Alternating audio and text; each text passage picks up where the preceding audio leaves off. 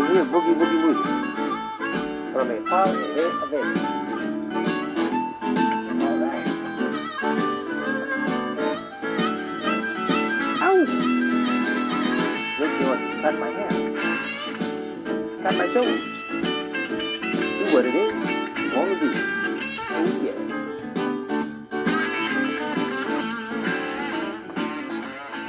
Make me feel good.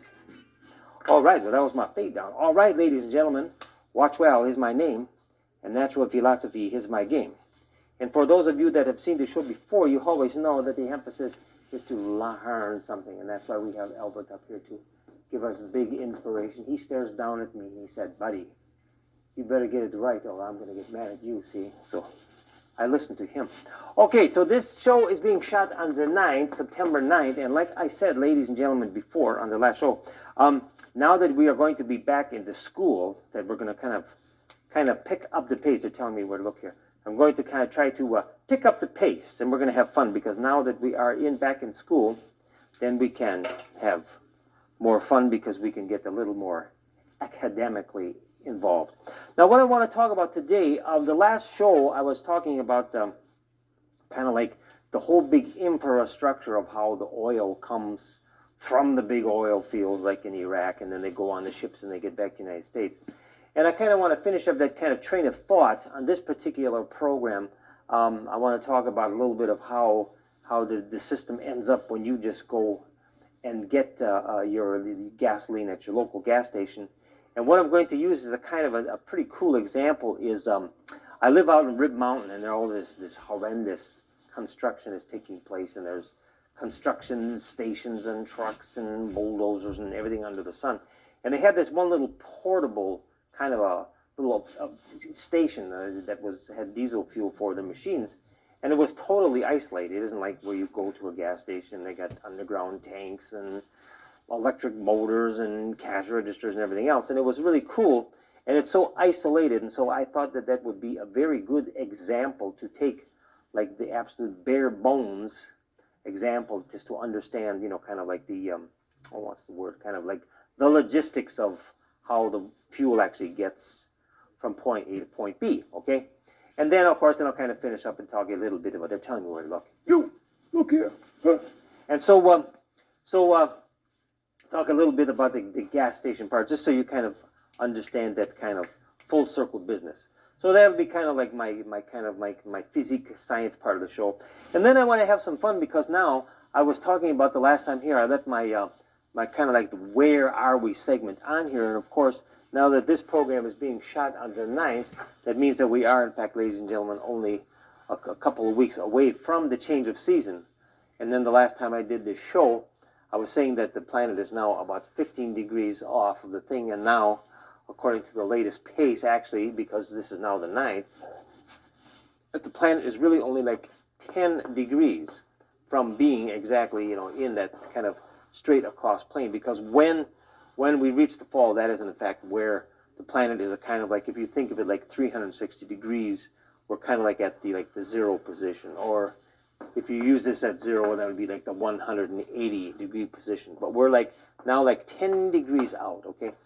And what I'm going to try to do over time is kind of keep on hammering that point of that kind of like the degree factor in with the constellations. So eventually everyone understands the Watchwell philosophy. And also another thing I want to talk about is, because now the nights are kind of clear, the summer triangle is clearly in the sky. And I was looking at it the other night, and again, I just want to talk one more time about using the Farmer's Almanac. Again, I always talk about the Farmer's Almanac, which is always chock full of information that you can decipher as you ride the planet. And they got a thing in there where it actually talks about the times that the stars are over. And in case you can decipher that business, I will try to explain it to you. So as always, there's always plenty to talk about here on the Phillip Watchwell Show. Let's see, let me get a little bit of house cleaning out of the way. Again, for questions and comments, we have our P.O. box, and then our program times appear on the screen. So if you have any interest in talking to me or writing me a note or something, you can get in with that. And also, I just want to kind of get in here one kind of a free plug. This person doesn't know I'm even going to say anything here, But this is kind of a free plug here for the University of Wisconsin, Marathon County Engineering Department. There was a professor, a very good friend of mine, that died last year, and his name was Dr. Frank Gonzalez. And he died, and now there's a fellow that took his place by the name of Dan McGuire. And I spoke with him about how he has to work with all the young engineering students, and I wished him a lot of luck. So Dan, good luck in teaching them kids. That's a free plug. He doesn't even know I'm going to say that. So, like I said, we always have plenty to talk about, so we better kind of get going here. Let's tell you what I'm going to do. I could do the Where Are We segment first and then come back, but I think I'll do my oil business and then come back to this. So just kind of, here's what we're going to do, kiddies. You see this kind of this picture here, this 360 degrees. This represents our planet, our racetrack, actually our orbit, our orbital path. And just remember that as we speak, ladies and gentlemen, as we speak, that our little planet, our little earthy poo is now, like I said, about 10 degrees from being like on the dead even line here, which will be autumn.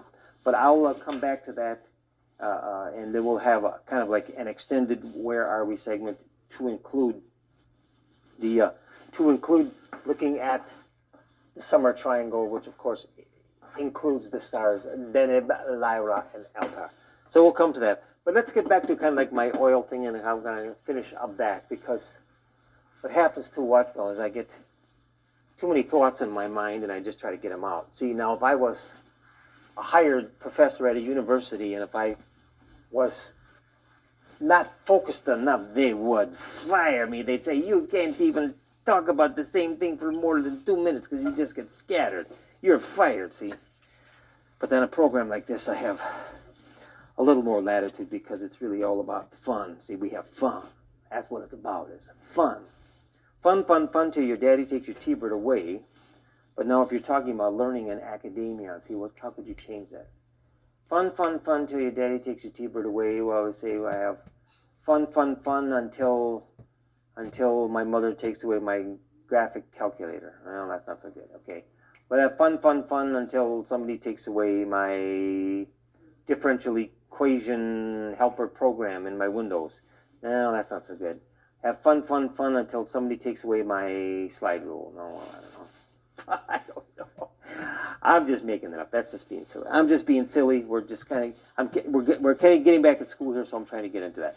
But okay, so let's get some chalk on the board and see what we can do. Okay, so here we go. We're going to talk about the oil. Okay, well, actually, we were talking about the oil. So now we'll talk about, well, I'll just call it fuel delivery, if you will. And so what I mean by fuel delivery, we'll leave that to mean gas or diesel. Okay, so we're going to kind of keep that open-ended. And of course, the gasolino goes for most kind of automobiles, and diesel fuel goes mostly for trucks and the kind of heavy equipment. So in the last time, again, we were talking about, you know, the big oil lines that come and then they feed the big ships, you know, with 700,000 gallons, and then they come back to the refineries and so on. But now I want to talk about a little bit of when it comes back to kind of like the local delivery system. You know, just like when you would go and buy a 6-pack of beer, well, you know, if you're really a glutton for pain, you can sit there and back analyze the problem. You can say, well, I'm going to go to the store and I'm going to buy a 6-pack of beer, but of course, at some point, there was a truck that delivered, you know, cases and cases and cases of beer, and then that beer came from a brewery where they once were brewing thousands and thousands of gallons of the batch to make the whole thing. And it's kind of like that same kind of analogy that kind of like the delivery system of fuel is it comes from the ground, from the other parts of the world, the Mideast and South America and so on and so forth. And it comes on ships and it goes to the refineries, and then the refineries take it and then they truck it either on train cars or trucks, and it gets to like the final destination. So if you think of like the brewery and the 6-pack analogy, you can kind of get it in your mind, you know, in concept. So what I thought was really cool, so here's what I'm going to do is, again, I live in Rib Mountain, and we're undergoing all this kind of horrendous road construction in the area. But anyway, I was walking around. I just happened to be walking around looking at the new road and how stuff is getting built. And I saw, and it was the cutest little thing. There was this little fuel delivery system for the heavy equipment, and it was, I don't know, it was there by some company, I don't even know, Harlan or one of those companies. And anyway, so they had this like tank, okay?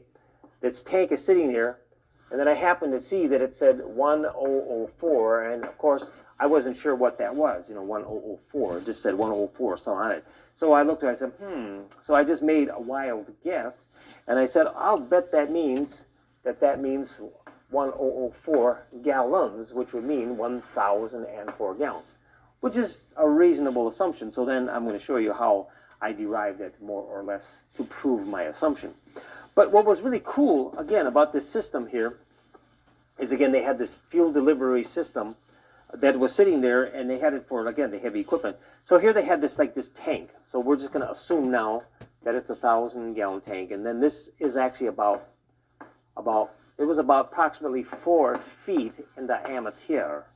And then this dimension over here was about 10 feet in length. Okay, so which is pretty good size. And then the thing was kind of like sitting on a trailer, okay? And on this trailer, it's kind of sitting there, and then it had wheels, or they kind of made it semi-permanent.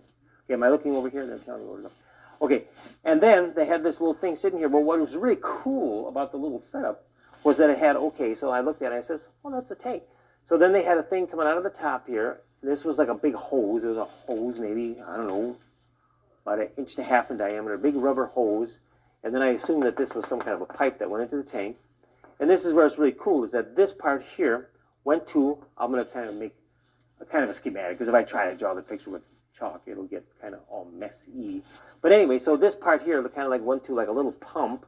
And then next to the little pump was a rather small motor that you should be familiar with, because it was like a little 3.5 horsepower kind of a Briggs and Stratton motor, which is, just like the kind that you see like a lawnmower. Everybody who ever cuts grass with a small lawnmower is certainly more or less familiar with what a Briggs and Stratton 3.5 horsepower motor looks like.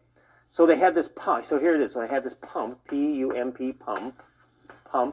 And then the pump was hooked up to, again, to this 3.5 horsepower motor. And then, of course, well, the motor was here, and then they had the little pump. And then there was like a little business here. And then it went to, this was cool, it went to like a little fuel meter. Okay, again, you kind of break down the components. And then it went to like a little fuel meter, and then out of the meter came like about a 20-foot hose, which had a hose, that looks like what you see kind of at a gas station, the kind with a nozzle, and you kind of pull the trigger and you get the fuel. And then the fuel told you that it was pumping so many gallons. Again, I'll draw a schematic quick after I get through my messiness.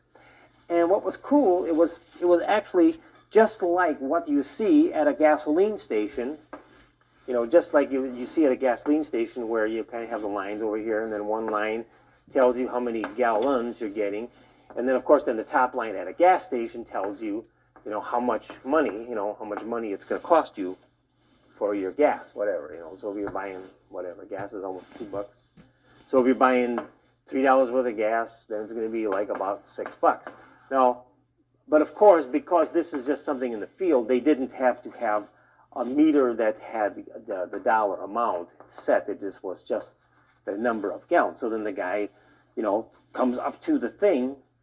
So the thing is sitting there, but again, this is in the field, so he backs up his machine or his truck or whatever it is, and he pulls the rope like he's going to cut his grass, and then he takes the nozzle and he puts it in his gas tank, and then it tells you how many gallons he's pumping in. So if he's starting out, like, say, with 1,000 gallons, and he pumps out 100 gallons, well, then he's got about 900 left. And so I thought that was, like, really pretty cool. So what I'm going to do real quick, I'm going to do two things real quick. I'm just going to briefly outline how I arrived at the fact that it was, in fact, a 1,000-gallon tank, and then kind of like a little schematic so you understand the things. So quickly. So let's just break it down into a quick kind of a schematic, so then you can break down the parts and try to understand in your mind, kind of like, because people are used to seeing kind of schematics or flow charts, like if you design things. So you have like one thing you have, okay, you have a, a tank. So the tank has the fuel. And then out of the tank you have a pump. Okay, and the pump gets the fuel from the tank. And then out of the pump, to drive the pump, you have a motor. And then the motor drives the pump because, see, it's like the shaft, it takes the thing, pump kind of turns, centrifugal pump, and then it has to have so much power. It's like you have to have power to drive your car. And then out of the pump, you have a meter, which tells you, which is a flow chart, which tells you how much fuel is flowing. And then out of the flow chart, you have the flow out. Okay, so there it is, kind of like in a schematic form. So it's the tank, the pump, the meter, the motor that drives it, and the fuel out. Now, what's kind of cool about this now, what's cool about this, again, it's just a matter of seeing something and you see a complete system. And then you kind of train your mind to understand, well, now that's a system. Now, how is that system like expanded? And so I'm going to try to explain it real briefly right now. So you take this system here, and this is more or less the same as what you have in the schematic is actually the same in like your friendly neighborhood gas station, except, of course, there are some things that are different.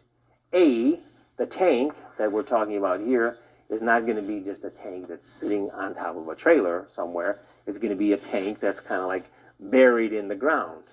Like in the case of the, I'm not getting to draw the whole picture, but you know what it is. When you go to the gas station, the tanks are buried, okay? B, the pumps are above the tanks, like when you go to the gas station. The big tanks, the 10,000 gallon tanks, are buried in the ground, and of course then pipes somewhere along the line, the pipes run up through the gas, where you get the nozzle at your gas station. And then it has the meter in your gas station. But the biggest difference, of course, is that the motors that run the pumps, of course, are electrical. So then they have the kind of like this combination of the pump and the motor and the meter. It's all in here, except it's supplied, by electricity. And in this case, the big 10,000 gallon tanks are buried under the ground. But the schematic is exactly the same, except it has, maybe some different rating, and it's an electrical motor instead of a gasoline motor. But I thought that was pretty slick to see a kind of like a quick, complete system. Now, before I talk about the stars, I'm now going to talk real quick, too, about, again, how it is that I arrived quickly at that 1,000-gallon business. Again, it's always to try to understand how to take the pieces apart and then put them back together. I had a real good friend who earned a PhD, and he always said that whenever you're solving any problem, you just keep on breaking it in smaller pieces. And if you still don't understand it, you still break it in another small piece until you get it. And then after you get all the pieces broken down, then you just put it back together. See? So, and real quickly, again, I don't want to turn this into a whole big thing here. And quickly is, how did I arrive at the fact that based on those rough dimensions, how did I come up with the idea that that was, in fact, a 1,000-gallon tank? And that kind of ties into the last program if the hardcore Watchwellites kind of got what I was saying. And it's all based, ladies and gentlemen, based on the volume. So we're just going to take, this is like just volume theory. So it's just basically based on the volume. So, and the volume is basically equal to area times the length. Okay? So that's going to be my length. And then I said my length was 10 feet, and I said my area was, approximately 4 feet. So if you do, in fact, figure out this area, basing it on approximately 4 feet, which is based on the one where you use pi times d squared over 4, then you take pi over 4 times 4 squared, which is 16. That's going to give you such and such a number, approximately 12 square feet. You multiply times 10, and then you come up with a pretty big volume, okay? And then the key is that, remember from the last time, I said that 231 inches cubed equals 1 gallon, okay? And then I also said that 1728, because this ends up, if you take this and you multiply times the L, you're going to end up with feet cubed, so that's your magic thing. And then if you take this, you end up with so many feet cubic feet per gallon, and then you divide that out. And then the first time I did the rough calculation, I came out just with real rough numbers. And you can try this. This is not really that hard. I came up that I thought that based on just kind of rough dimensions, I thought it was 940 gallons. And then if you would go and tune up your measurements by saying, well, maybe it's a little shorter than 10 feet, a little longer, or this is a little more than 4 feet, you know, it's fairly easy to kind of bracket your numbers. You can very easily get it to come out to approximately 1,000 gallons. So again, this is the kind of thing that you got to train your mind to do. You got to learn to make good estimates. You don't necessarily have to get the exact answer, but you learn to make good estimates. Oh boy, time's flying. Okay, so now I want to talk a little bit about the summer triangle and a little bit of the where are we. So I hope that was some benefit. Now somebody would say, I don't get anything what you're saying, Watchwell. Well, I throw a little bit of everything at you. A, you understand how you buy gas, because everybody buys gas all over the time, unless you're like the Amish people and you feed your horse oats and don't buy gas. Well, then good for you. But most people around here buy gasolino. And so then that's, again, what I'm doing is trying to take your intuition and to kind of give you a little insight into the concepts that drive your life.